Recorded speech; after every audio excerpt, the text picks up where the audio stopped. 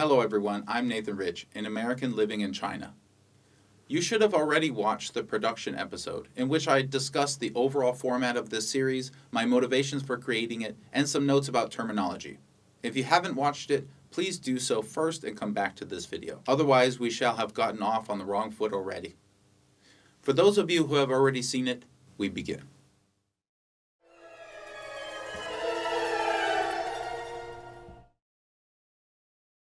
China. The country today invokes so many ideas in people's heads. It's known as one of the richest and most powerful nations in the world. But it wasn't always powerful. It wasn't always rich either. In fact, it wasn't even always a nation. Not a unified one anyway. But before we can talk about that, let's get into a little bit about who Chinese people were in the past. Welcome to Epic China. This is the fastest paced episode in the main series, in which I will glibly skim over thousands of years of Chinese history. We're going to focus on a few things that will come in handy later and some that won't. We have absolutely no chance to do justice to China's great history. For doing so would require a series longer than the time remaining in my life or yours. Still, we do need to know a few basic things about the Chinese. This episode, as I mentioned, will recklessly fly past all the most interesting details of the past. This episode and the next will be a different format than the rest. For the time being, we don't mind missing out on those ancient stories. We are instead focused on getting through it as quickly and efficiently as possible. Our story doesn't truly begin for another couple episodes. But first, we must know, what is China?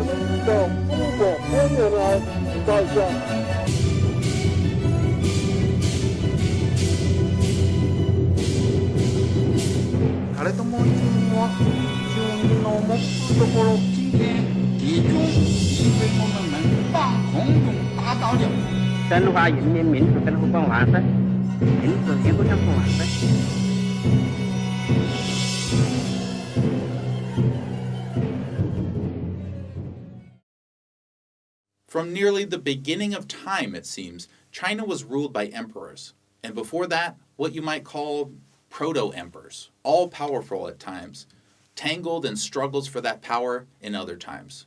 Emperors served the people right, some of the time.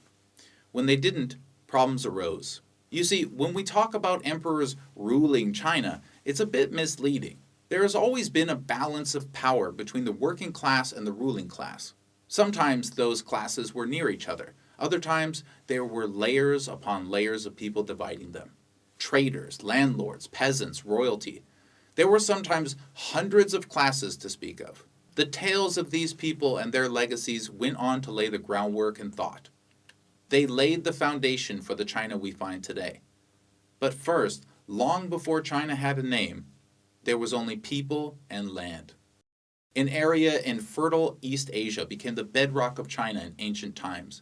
4,000, 5,000 years ago is what you often hear, but already the mainstream understanding is misleading. While Chinese civilization proper could be considered that old, in reality we know people were drawing symbols reminiscent of Chinese characters much, much earlier than that.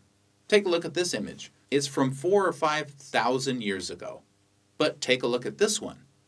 The bottom image looks surprisingly similar to the Chinese character Ri, meaning the sun. It's from over 8,000 years ago, right inside the region of East Asia we now call China. That's how old the roots of China are. So sometime before that, around 9,000 or 10,000 years ago, people formed groups which became tribes, factions, and eventually kingdoms. As states came and went, a small amount of stability created a new center. Among a constantly changing outer region, the inside became known as Zhongguo, That roughly meant the Middle Kingdom. Contrary to popular belief, the name didn't suggest ancient Chinese considered themselves the center of the earth or the center of Asia. And while for various periods of time some upper-class Chinese did consider themselves the most elite in the world, Zhongguo was never meant to reflect that idea. It was simply in reference to the center of the kingdom itself, the heart of an ever-shifting region. A constant flux of borders and control, but the heartland created stability.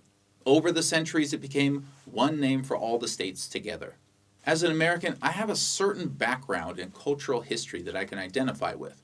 The expansion of people across a vast open area of North America, war with Native Americans, slavery, development, the Wild West. It's interesting to somehow identify with these things, even though no one on either side of my family was in America for nearly any of it. Somehow, the history of a nation becomes part of the culture of those who live in it, even if it technically has little to do with them. But being a Chinese person must be different, I tell myself. Because so many are indigenous, there's a long cultural cord connecting from belly buttons to ancestors' graves. I fantasize sometimes about what it must feel like to look around and realize everyone in your family, and everyone in their families, and theirs, all the way up the line, lived in one country, or at least one single area. That sense of shared blood and history forms a gravity between Chinese people, in my imagination. One moment, there's no attraction between strangers. But in times of crisis, despair, or desperation, the people, for better or for worse, become one. These are the types of dreams I have in the daytime. What a fascinating bond. The people were never much empowered on the whole. Nearly every single person in China in all of its history has done one thing: agricultural work. If you somehow could communicate randomly with a Chinese person throughout the past, the chances are overwhelming that you would be talking to a farmer, a worker, a peasant. Emperors knew enough to know that the people were the true power, the force of the country. They were the body of China. Look at these men. They have no names. No one knows them anymore, but they and the billions like them use the land to make food, prosperity, wealth, power. One common theme we see throughout all of China's history is rebellion and revolt, often led by one of those very same farmers. And just as often, the goal and promise was land reform. Give the land to the people, take it from the rich, and return it to the rightful owners, they said. Thousands of years before socialism or communism existed, the Chinese were pioneers in the politics of stripping property from the rich to provide for the poor. But the Chinese weren't always alone. Some of the earliest European visitors to China came around the time of the Qin dynasty. For perspective, this was about 10 United States lifespans ago. And it's around that period foreign languages began referring to Zhongguo as however their closest way to pronounce Qin was. This image is a map from knowledge gained around that time. While it doesn't focus on China, you can clearly see that China had been reached by the West. Foreigners developed their words for China from Qin, for example, Kina, Sina, and so on. That evolved in English to be China. So, technically speaking, we're actually calling their country the name of an ancient dynasty, the Qin dynasty. That dynasty, by the way, didn't even last 20 years, but managed to be extremely influential on future dynasties. Some examples of foreigners? This Greek soldier found his way to Xinjiang in West China. Around the time we saw our first Western maps with China on them, around 200 BC. Here we see a Westerner and some Koreans in China before 1000. And let's not forget the legendary travels of Marco Polo, around the 13th century. This is a tombstone for an early European living in China who died in the 14th century.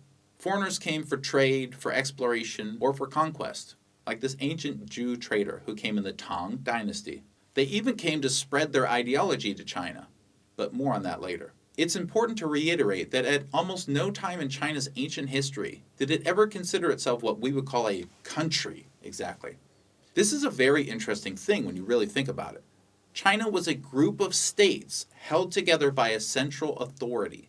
States often had their own militias and local governance. Time and time again, when the central power failed, China fractured and put itself back together again, often in a new shape. Land reforms, anti-corruption campaigns, and purging of the old regimes were common. And more often than not, these purges involved significant overlap in rule. That meant war, Lots and lots of war. In addition to the problems of vastness China's rulers faced, there was another issue. It's one that many people overlook or underappreciate to this day.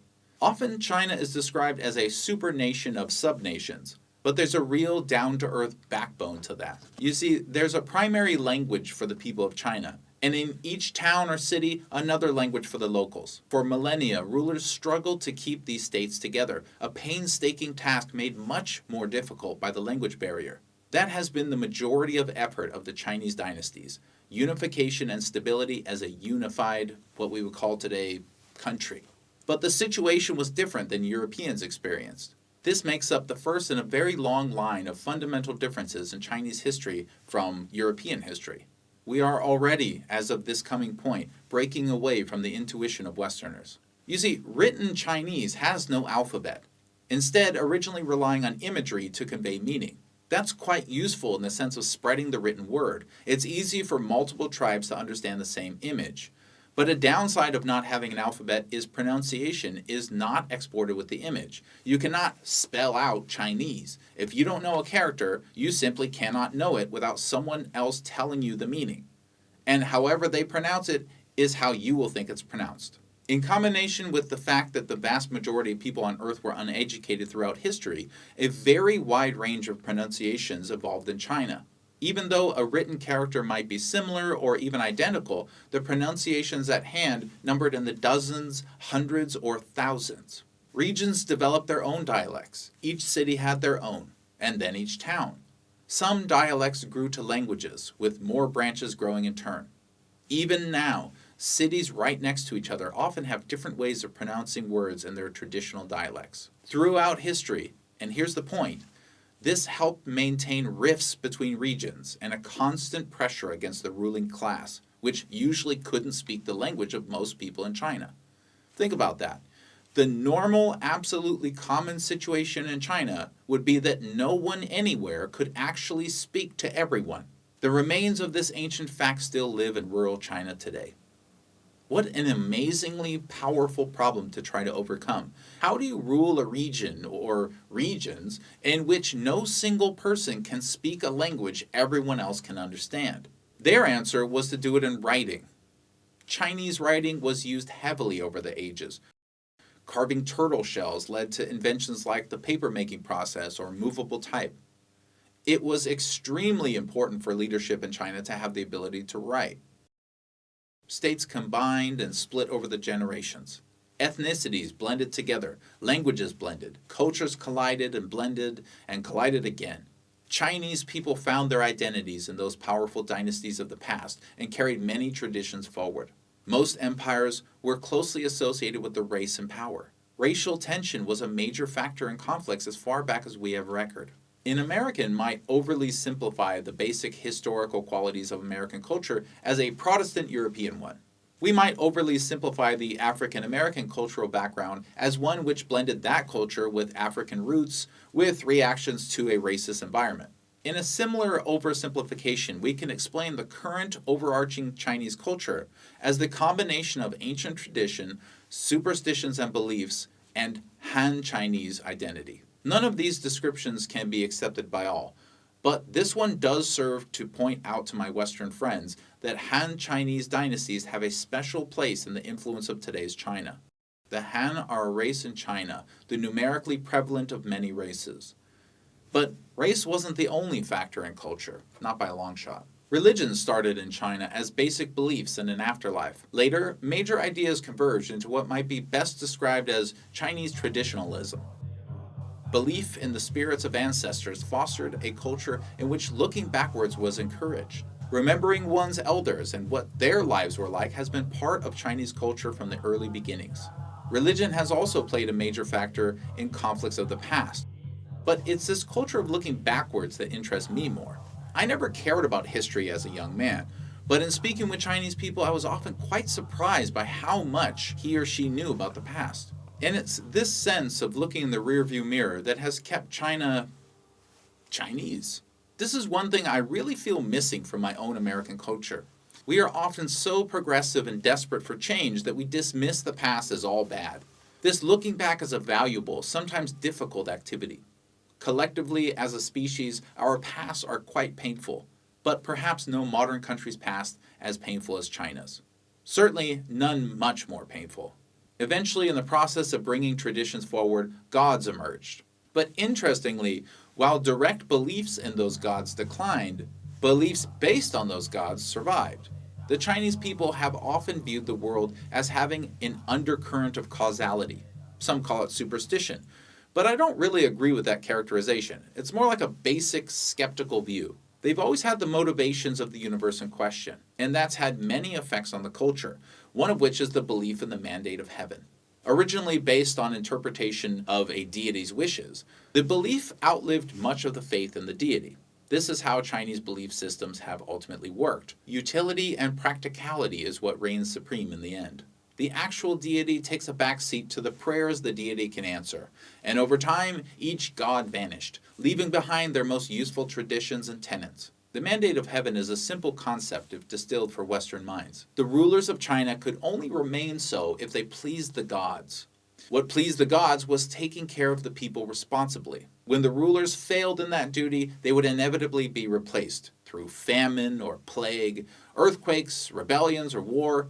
Anything and everything that could happen would happen. This concept is a crucial element of the historical Chinese psyche. Overthrowing a government or emperor could only work if the mandate of heaven was won first. This instilled an interesting necessity to many revolutions. Before an uprising, before an empire changes hands, the agitators must be sufficiently indoctrinated. They must extensively believe not only that the reigning empire has lost the mandate of heaven, but that they have gained it. And even the modern Chinese judgment of past rulers is different than I expected it to be. Some cultures in the world view the qualifications for leadership to be moral alignment. That is to say, the hope is that each leader should be a better moral person than the previous one, more polite, or more Christian, or more righteous. But Chinese people tend to reflect on leaders' performance by the standard of how good their rule was for the people. And thus, the specific morality of the ruling class has never been as important as the efficacy of their reign. An immoral tyrant who overall did good for the people is nearly always preferred over a moral nice guy who did little actual good. Some eras had formal state religions or belief systems. Taoism and Confucianism competed for influence and adoption, but it's Confucianism that overall influenced and was influenced most by Chinese culture. At the core of Confucianism is the idea that rules and rituals are necessary to correct for the degraded state of people. Strong concepts of rationality as opposed to the spiritual, more emotional Taoism. Not to say Confucianism was the only influencer, not at all, but there are very clear signs of it glaring out from Chinese culture. In Confucianism, humans are meant to respect their superiors. A son must honor absolutely his father. One of the major goals is a structured, stable society. Societal harmony, peace, rules and structure, family, groups, society, stability, collectivism over the individual. These are some Confucian messages so tightly intertwined with Chinese culture. The survival of the people is more critical than the survival of the few. Your father is more important than you are. And China is more important than he, for China contains many more fathers. The origin of this series, Epic China, begins with the end of the Yuan dynasty. Mongolian clans united to overthrow the rich and used that power to conquer. And as we see nearly every time, the new emperor undertook land reforms, redistribution of land to the people, that and a purge of political opponents.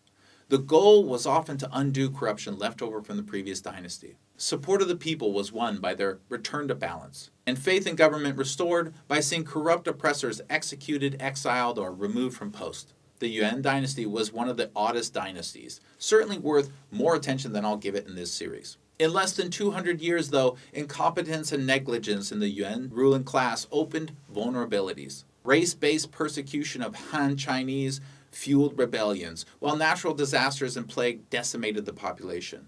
This is what it looked like to lose the mandate of heaven. The infamous Mongol Empire finally crumbled in the middle of the 14th century. In its place came the Ming Dynasty, a new Han Empire. It was a return to the classic Chinese rule in many people's eyes, a conservative, strong government state, and policies reflected that. In part to counter Japanese piracy, And in reaction to millions dead from the plague, private foreign trade was criminalized. China had almost always been concerned with national stability rather than conquest, partially because it was such a difficult task to keep each region unified in the first place. But with reduced trade, it grew increasingly isolationist. As was normal throughout history, China, no matter what it was called, was worried about issues within itself more than in the rest of the world. China's diplomacy was very unique, as was its position in the world. In most of the world, international relations were generally placeable on a range of all-out war to peaceful ally. Choose any two countries and you'll usually find their relationships on that spectrum. China could never negotiate or trade with another nation. That would be to admit equality. Instead of trade was the concept of tribute. Some areas we now consider countries were for much of their existence in many ways part of China, or at the very least, deeply connected to China in ways that go beyond what we think of as alliances. They gave huge tributary donations to China, which sometimes offered protections in return or gifts or nothing at all. Gifts were how two-way trade often worked. Offer up a tribute and receive a gift back from the self-declared superior empire. Vietnam, Japan, Korea, Thailand are some examples of formerly tributaries. It's interesting to see how Chinese culture blends in to make significant contributions to each of these countries even today. Most of the time, they weren't formally part of China, but one could be forgiven for thinking that they were. That's how close tributaries could be. China was the father of the tributary nations. That's important to understand.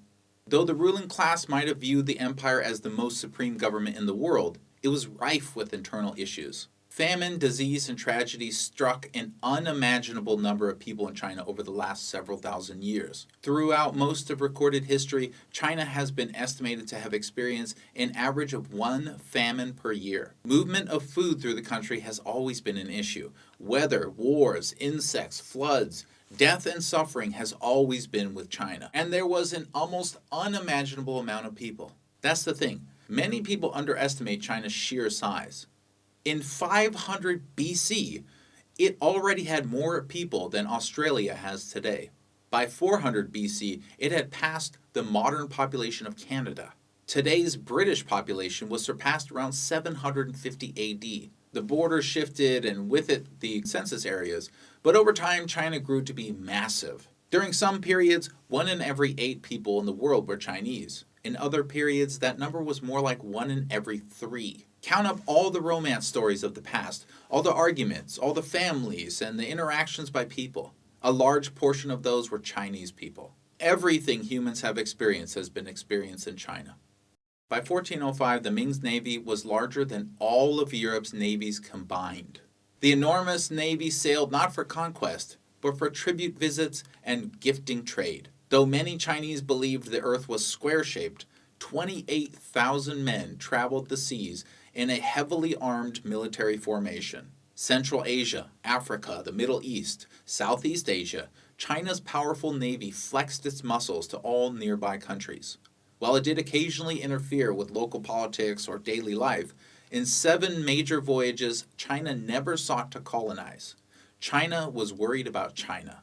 And maybe it should have stayed that way, because a single encounter with a foreign nation set into motion a series of fateful events. These events would eventually lead to the near total destruction of the entire supernation, the end of the empire, and the deaths of countless millions of people. Though this episode seems like the beginning, it's only the background of the story. Next, we will discuss the beginning of the end of China, and then we'll start the real story, its rebirth. Thank you for joining me on this journey. My apologies to those ancient people. I cannot cover their lives in greater detail at this time. We move on, and soon, Epic China will truly begin. Thanks, everybody. 谢谢.